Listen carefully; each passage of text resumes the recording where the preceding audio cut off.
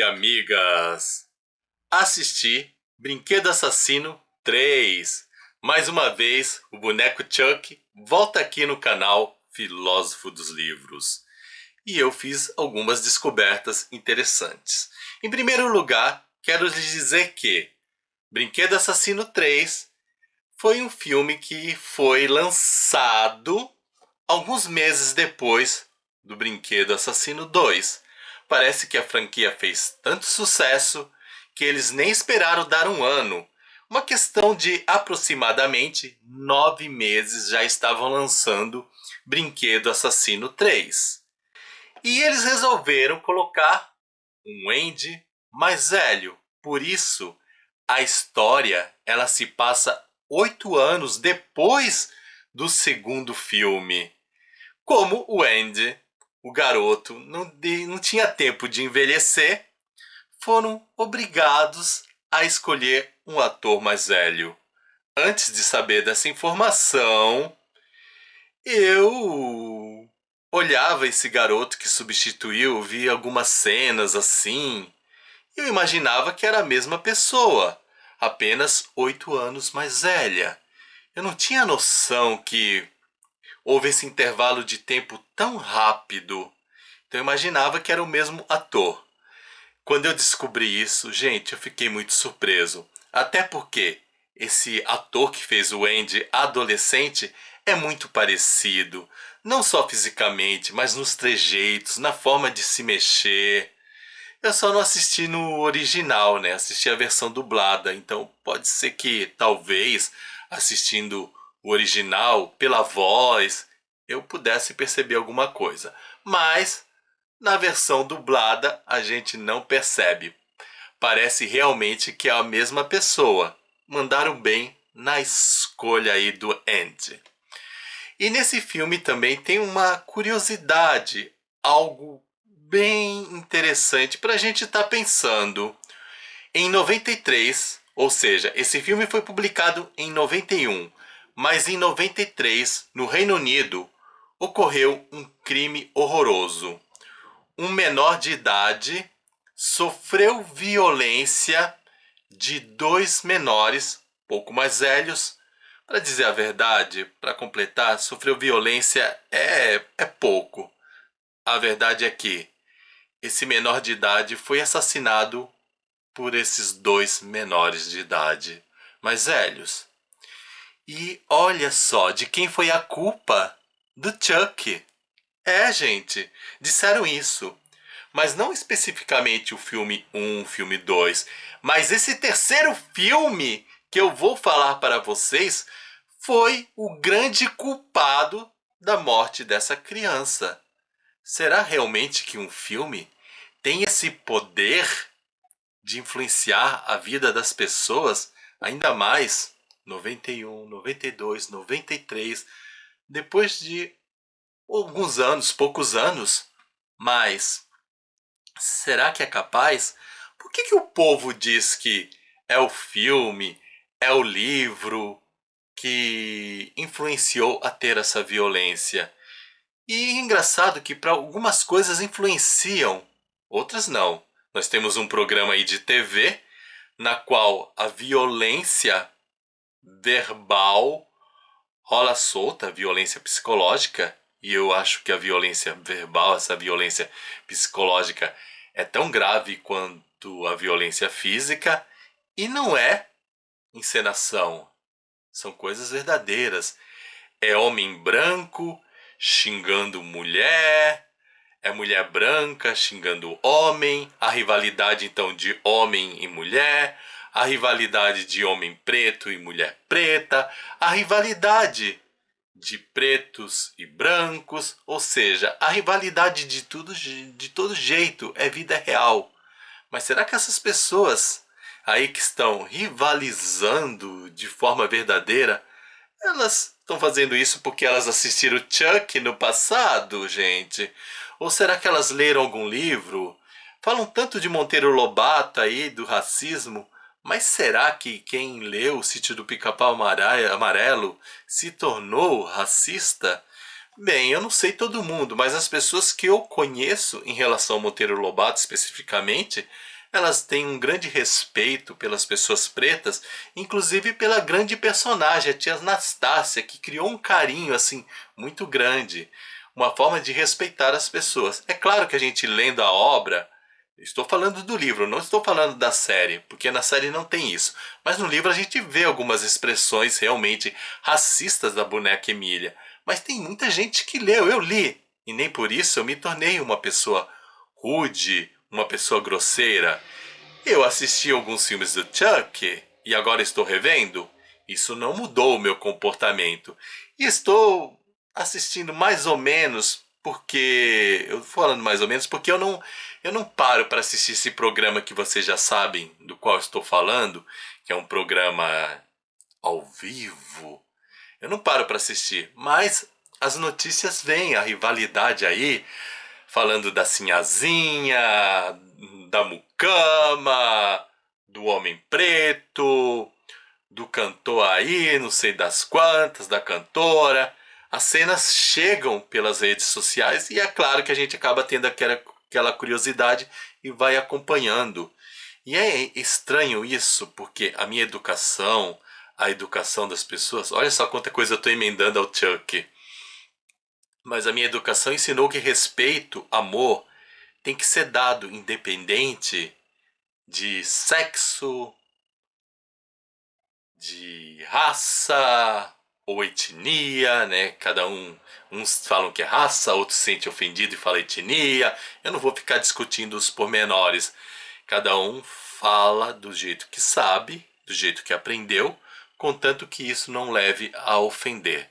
Mas enfim, eu aprendi que era tudo igual. Mas hoje em dia não. Parece que a gente está perdendo o referencial do que é o certo e do que é o errado. Ninguém mais diz assim, esse ato é errado, esse ato é certo. Mas é praticamente assim, as coisas estão ficando dessa forma. Ai, é o homem branco que fez. É o homem preto que fez. É a mulher branca que fez. É a mulher preta que fez. É o hétero. É o homem cis. É o homem trans. É a mulher cis. É a mulher trans. E parece que, de acordo com a pessoa, o crime, os atos errados, eles mudam de valor. Ninguém está analisando, isso aqui é errado, aquilo lá é certo. Mas é assim, depende de quem fez. Eu acho praticamente eu acredito que vai surgir daqui a alguns anos uma espécie de catálogo. Homem branco pode fazer isso, isso, isso, mas isso, não. Mulher preta pode fazer isso, isso, mas isso não. Homem preto pode fazer isso, isso, mas isso não. E quem que faltou aqui? Homem preto, já falei, mulher, mas enfim, eu acho que vocês entenderam a ideia. Homem trans pode fazer isso, homem cis pode fazer aquilo, mas não é por aí. Eu não acho que seja dessa forma.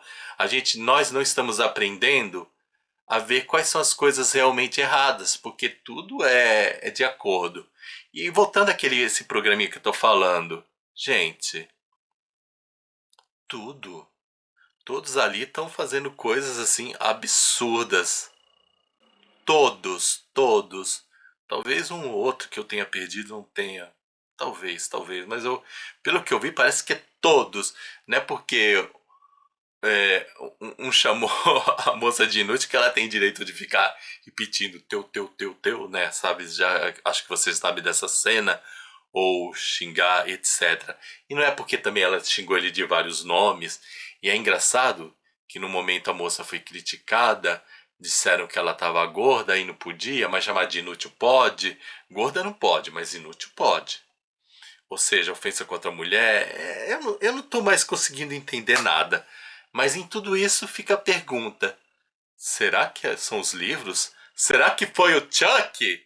Aí voltando especificamente ao caso pontual, que é o assassinato desse menor de idade por dois menores. Eu vou deixar até o link da matéria aqui para vocês lerem.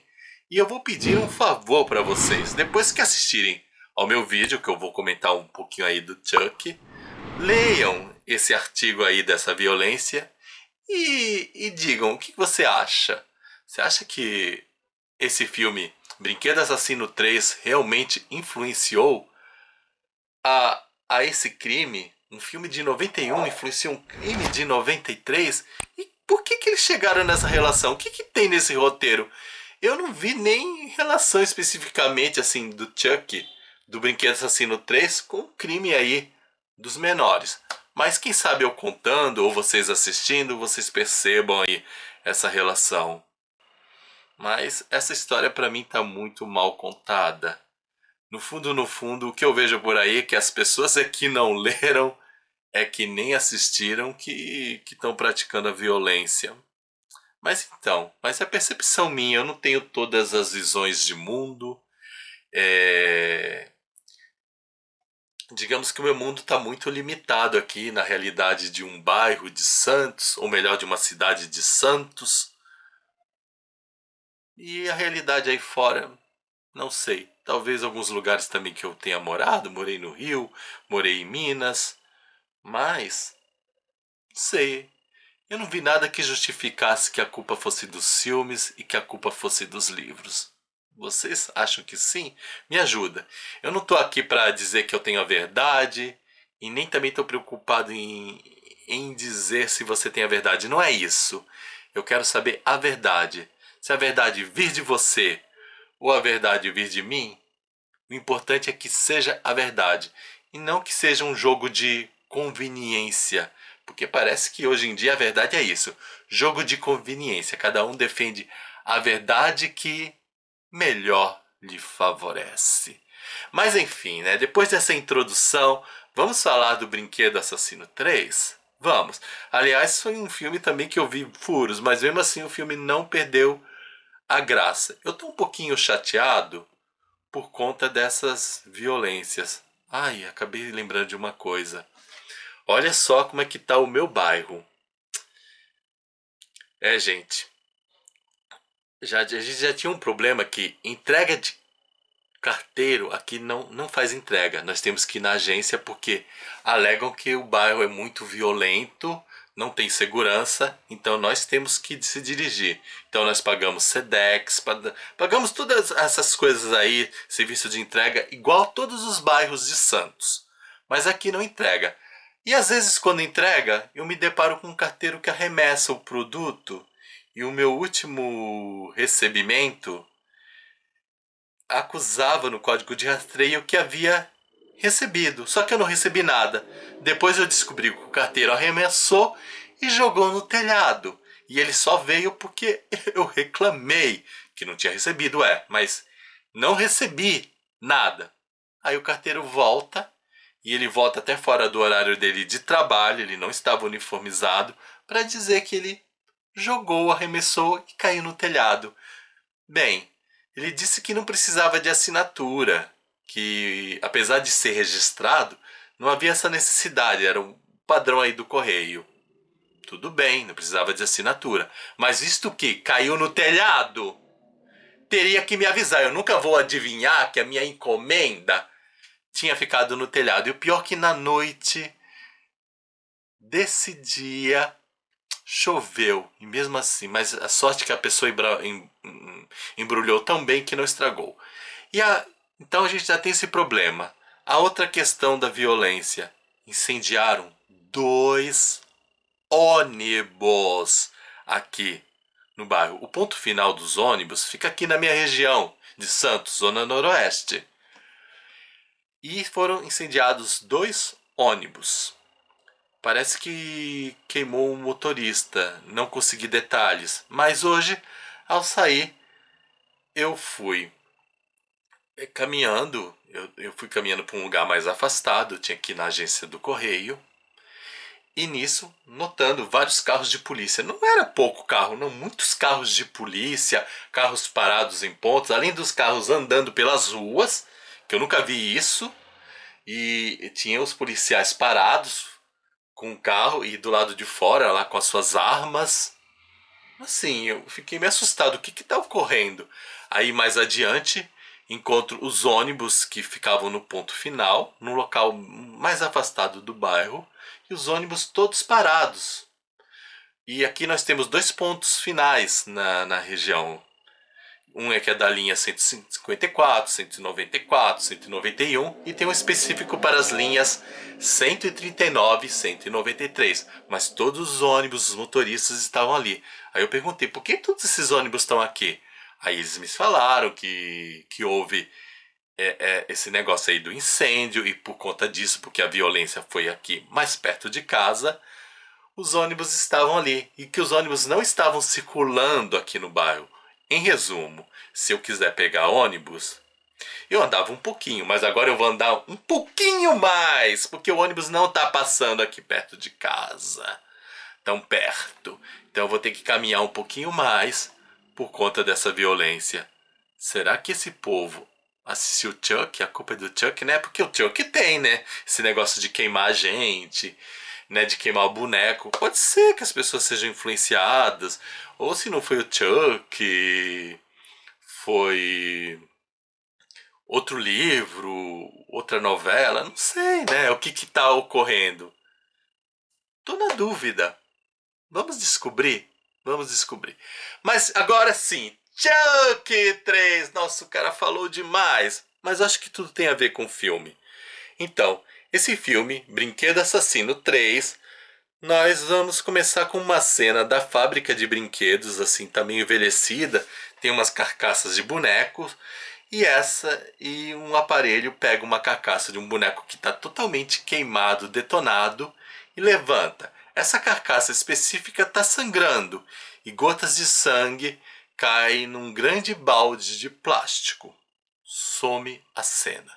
Aí nós vamos ter uma cena na qual nós temos executivos, empresários ou acionistas, eu não sei qual é o nome correto para essas pessoas, mas eles estão debatendo sobre a fábrica de brinquedos e eles mostram o Chuck, não, eles mostram o Andy criança ali na imagem, dizendo que ele foi o grande responsável da quase falência dos brinquedos, da fábrica de brinquedos bonzinhos, que o menino, com as suas histórias fantasiosas de assassinatos do boneco, arruinou o comércio. Mas agora, 8 anos depois, eles estavam com a ideia de realmente voltar a fazer um relançamento do boneco bonzinho. Lembrando que o Chuck é um dos bonecos bonzinho. Todos os bonecos são chamados bonzinho, só que tem o bonzinho Tommy, o bonzinho Chuck, e cada boneco, na hora que a criança receber, o boneco mesmo diz o seu nome. Mas enfim, eles estavam assim um pouquinho preocupados com o Andy. Eles tinham noção que o Andy cresceu, que o Andy tinha passado assim por várias casas e que agora o Andy ia entrar numa escola militar. Tem uma pessoa que se posiciona contra, porque acha que pode levar à falência, que não é um bom negócio, mas outros acionistas dizem não. Apesar dos pesares, o boneco bonzinho foi assim o que deu mais lucro para essa fábrica de brinquedos, então vão lançar e resolvem. E nisso o grande executivo, o maioral ali, ele recebe de presente o primeiro boneco dessa nova linha de bonzinhos. Dão para ele. Esse aqui é o primeiro. E esse homem recebe o primeiro boneco bonzinho desse novo lançamento e vai aí para sua casa, o escritório. É um ambiente meio confuso, porque o cara tá lá trabalhando e ele recebe um empregado que tá conversando com ele, depois o empregado sai, mas ele fica ali naquele local. Eu acho que é uma mistura aí de casa, não sei, não sei, não sei, não sei. Mas aí o cara tá lá com o boneco Chuck, esse maioral, e o Chuck, que justamente nós, ó, faça a ligação. O Chuck veio daquele balde em que caiu as gotinhas de sangue. Esse boneco feito ressuscita. É o Chuck de volta. O Chuck ressuscita. E o Chuck ressuscitado mata esse senhor. É engraçado, né? Que ele mata e assim, morre. Ninguém mais fala do crime. Ninguém comenta. Some. Eu acho que nunca. Eu acho que aí já tem o primeiro furo. Um homem empresário poderoso morreu, mesmo que não ligassem ao boneco Chuck, tinham que falar alguma coisa. E nisso o Chuck, ele olha ali as papeladas e ele descobre onde está o Ant. Paralelamente a essas cenas aí que eu tô falando, nós também vamos ter a visão do Andy, adolescente, entrando na escola militar. E ao entrar na escola militar, ele é recebido por um tal de coronel lá. Esse coronel conversa com ele.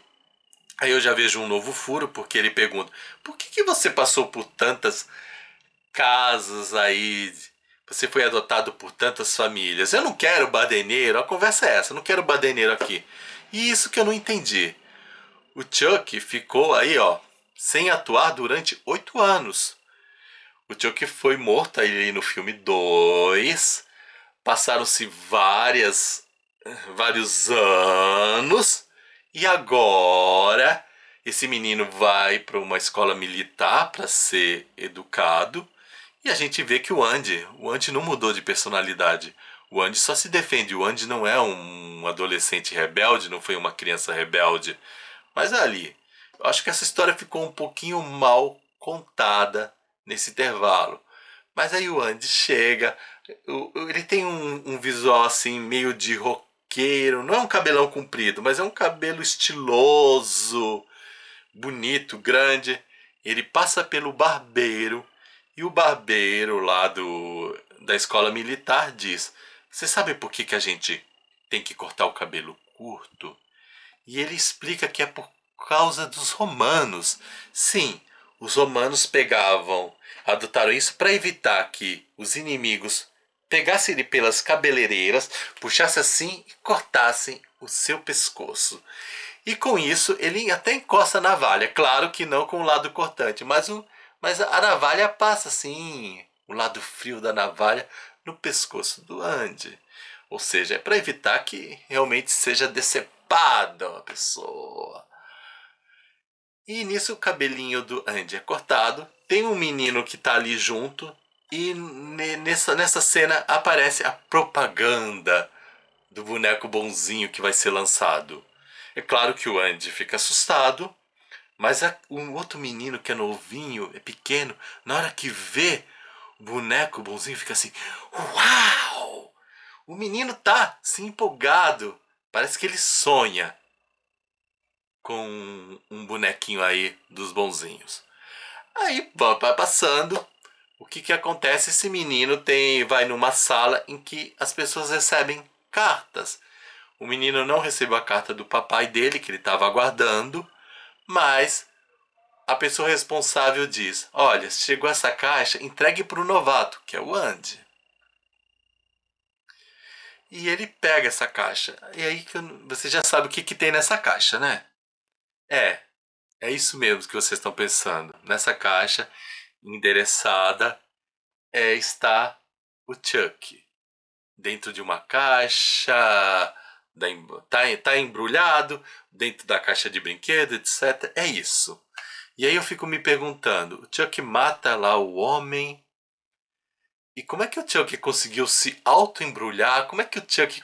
Ele sabe onde o menino está, beleza, mas como é que o Chuck conseguiu fazer isso? Ser enviado pelo correio? Mas foi. Chegou. Ninguém questiona muito isso. Chuck chegou.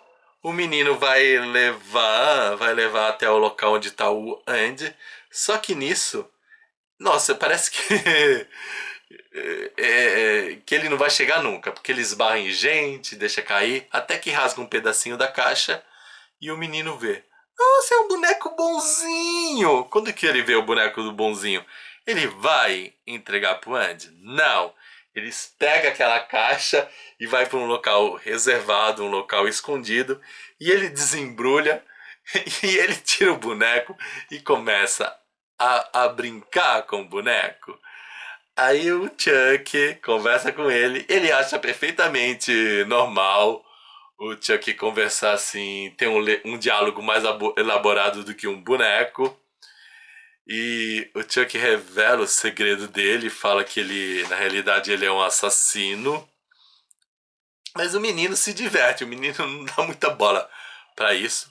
O Chuck conta a verdade pra esse menino, mas o menino tá ali, amiguinho, e o Chuck tem uma ideia. Aliás, ele tem uma percepção. O Chuck raciocina e percebe: bem, eu estou no novo corpo. Estou no novo corpo. A primeira pessoa para quem eu contei é esse menino. Então, não é mais o Andy que eu posso tomar conta do corpo, porque tinha esse pensamento. Pro assassino sair do corpo do boneco, ele tinha que tomar posse do corpo da primeira pessoa para a qual ele contou o segredo. Só que ele contou pro Andy o segredo num corpo antigo. Agora, no corpo novo, ele contou para essa criança pequena. Então, ele começa o ritual para tomar posse do corpo dessa criança. Só que alguém chega, encontra o menino do lado do Chuck, o Chuck finge aí parado e o menino é salvo. Chuck não consegue realizar o seu intento e o homem faz o quê? Quem viu o menino joga o Chuck no lixo. Jogou o Chuck no lixo. E o lixeiro, quando vai recolher o boneco, acaba sendo assassinado algumas horas depois. Aí eu vejo a falha. O menino estava muito confiante no Chuck. O menino não tinha noção do perigo. Para que o Chuck foi infernizar o Andy? O Andy tinha visto o cara jogando no lixo, viu e ficou apavorado. Mas depois disso não tinha. Ah, e o Andy também percebeu que foi o lixeiro. Mas o Chuck precisava ir atrás do Andy e contar para qual menino. O Andy não sabia qual era o menino que tinha encontrado. O Andy não tinha essa noção. Mas o Chuck vai lá, fala: olha, eu vou, conta o que vai fazer, mas dessa vez você não vai me atrapalhar. Não tinha necessidade. Burrice do Chuck. Mas aí ocorre, e aí é aquela coisa, né? A perseguição do boneco em relação a esse novo menino, o Andy tentando defender, e nessa realidade de exército, de escola militar, tem um cara chato, tem uma garota adolescente, começa um romancezinho com essa garota adolescente, o Chuck mata o barbeiro, e é engraçado a forma que ele mata o barbeiro, corta o pescoço, mas nem precisou puxar o cabelo. Não é comentado, não é explicado isso, mas eu achei que foi bem assim intencional. O barbeiro numa cena, algumas cenas antes conta que tinha que segurar o cabelo para passar, e o Chuck passa a navalha sem segurar cabelo nenhum. E esse barbeiro, diga-se de passagem, fazia um terrorismo com os adolescentes e com as crianças dessa escola militar. Ele ia no refeitório e dizia: você tem que cortar cabelo tal dia, você na quarta, você na quinta. A pessoa não podia ter cabelo, só as meninas. A escola militar mista poderiam ter o cabelo grande, os meninos não. E esse homem, cortado. Um poderoso lá é morto, mas é morto porque tem um infarto. Na hora que vê o Chuck só ameaça com a faca, o cara e morre do coração. E tem uns caras folgados aí que humilham os mais novos, mas em compensação fica pianinho com as autoridades. E eu achei também isso meio estranho, porque geralmente esses caras, eles, a gente sabe, eles desrespeitam os menores, mas eles respeitam os maiores por puxa-saquismo. Mas por detrás dos panos, eles falam mal desses homens. E, incoerentemente, quando o senhor lá, o poderoso, morre, ele fala, não na frente, assim, pros amigos, entre amigos. Nossa, mas ele é um grande homem. Ou seja, parece que gosta de verdade. Que não havia puxa-saquismo. Então eu não entendo por que esse negócio de maltratar os menores. Mas em relação aos maiores, tudo bem, tudo love. E mesmo tendo essas mortes, mortes do empresário, morte do barbeiro, morte desse homem, sei lá, as mortes são meio que trabalhadas de uma maneira muito superficial. É como se nada tivesse acontecido. E sabendo que o caso do Andy levou quase a uma falência de uma empresa, ninguém questiona a presença do Andy, ninguém faz ligação com o boneco, sendo que era uma coisa meio que conhecida. Enfim, furos que a gente deixa passar. E aí e a coisa vai prosseguindo. E a coisa vai melhorar mesmo é que depois de uma batalhazinha em que o Chuck troca as balas, porque eles tinham balas de tintas para um duelo. Então eles iam fazer uma brincadeira aí de jogos que tinham que matar o outro, mas matar de brincadeirinha. Era só quem recebesse a tinta. O Chuck troca essas balas de tinta por balas de verdade. Então eles começam a atirar e algumas pessoas morrem porque recebem tiros de verdade. E nisso o menininho que era amiguinho do Chuck toma consciência do que está ocorrendo.